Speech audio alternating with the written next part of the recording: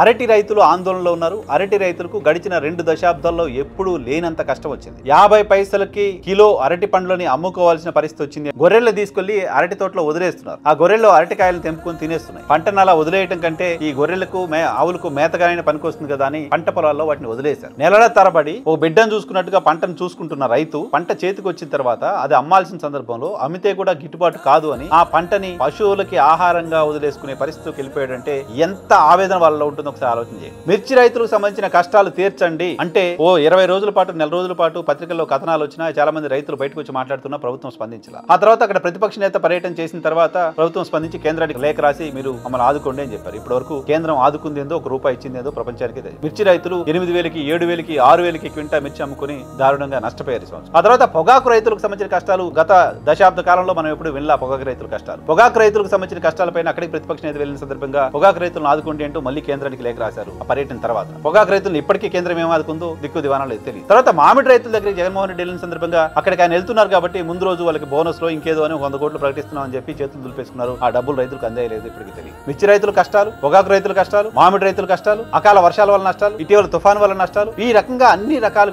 కూడా రైతులు ఇబ్బందులు పడుతున్నారు, నష్టపోతున్నారు, పంట కోల్పోతున్నారు, ధరలేక ఇబ్బంది పడుతున్నారు, ప్రభుత్వం ఆదుకోక ఇబ్బంది పడుతున్నారు, ప్రభుత్వం కనీసం పట్టించుకోక ఇబ్బంది పడుతున్నారు, ఇన్పుట్ సబ్సిడీ రాక ఇబ్బంది పడుతున్నారు, ఇన్సూరెన్స్ లేక ఇబ్బంది పడుతున్నారు. ఇన్ని కష్టాల నడుమ తాజాగా అరటి రైతుల కష్టాలు కూడా చూస్తున్నాం.